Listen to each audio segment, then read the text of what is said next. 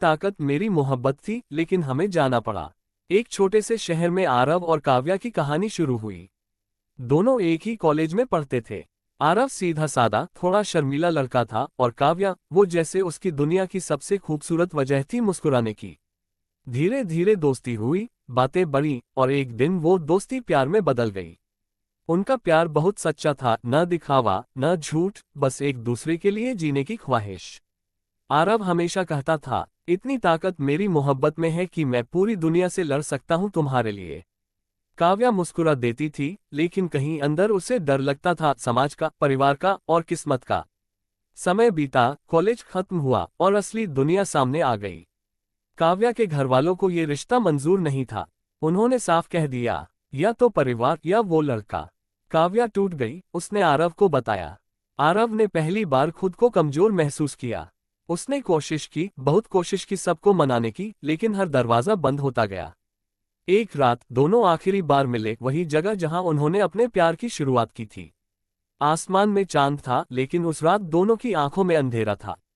काव्या रोते हुए बोली, तुमने कहा था ना, तुम्हारी मोहब्बत में ताकत है।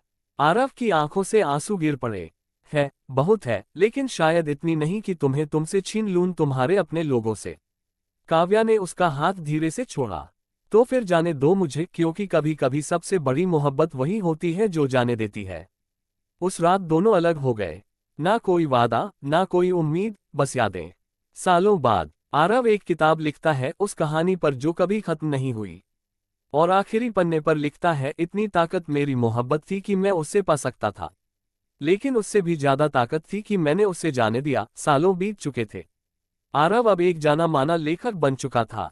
उसकी किताब अधूरी मोहब्बत लोगों के दिलों में जगह बना चुकी थी।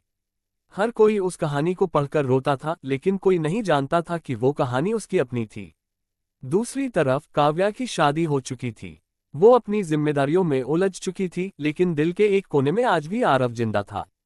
एक दिन काव्या एक बुक स्टोर में गई। वहीं उसकी नजर एक किताब पर पड़ी। अधूरी मोहब्बत आरव। उसने जैसे ही किताब खोली, पहले ही पन्ने पर लिखा था, कुछ कहानियां खत्म नहीं होती, बस लोग दूर हो जाते हैं। काव्या के हाथ कांप गए, आंखों में आंसू आ गए। उसे समझ आ गया, ये कहानी उसकी ही है। उसने पूरी किताब वहीं खड़े खड़े पढ़ डाली।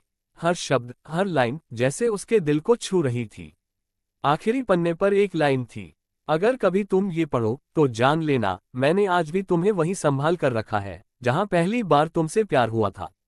काव्या टूट गई। वो उसी वक्त आरव से मिलने का फैसला करती है। अगले दिन वो आरव के बुक लॉन्च इवेंट में पहुंचती है। भीड़ बहुत थी, लेकिन उसकी नजर सिर्फ एक चेहरे को ढूंढ रही थी। और फिर स्टेज पर आरव आया। दोनों की नजरें मिली। समय जैसे रुक गया। इवेंट खत्म होने के बाद काव्या धीरे धीरे उसके पास गई। कुछ पल दोनों चुप रहे। फिर काव्या बोली, तुम आज भी वैसे ही लिखते हो जैसे पहले मुझसे बात करते थे। आरव हल्का सा मुस्कुराया, और तुम आज भी वैसे ही सुनती हो जैसे पहले समझती थी। दोनों की आंखों में आंसू थे, लेकिन इस बार दर्द के साथ सुकून भी था। काव्या बोली, अगर उस दिन हम लड़ते तो शायद आज साथ होते।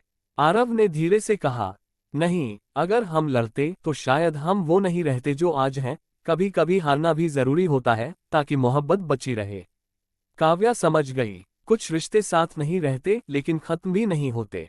जाने से पहले काव्या ने कहा, खुश रहना। आरव ने जवाब दिया, तुम भी, क्योंकि अब मेरी मोहब्बत तुम्हारी खुशी में है। काव्या चली गई, इस बार बिना आंसुओं के, क्योंकि अब उसे यकीन था, उनकी मोहब्बत अधूरी नहीं थी, बस अलग थी। इतनी ताकत मेरी मोहब्बत थी कि मैंने उसे दोबारा पाने की कोशिश नहीं की, बल्कि उसकी मुस्कान के लिए उसे फिर से जाने दिया।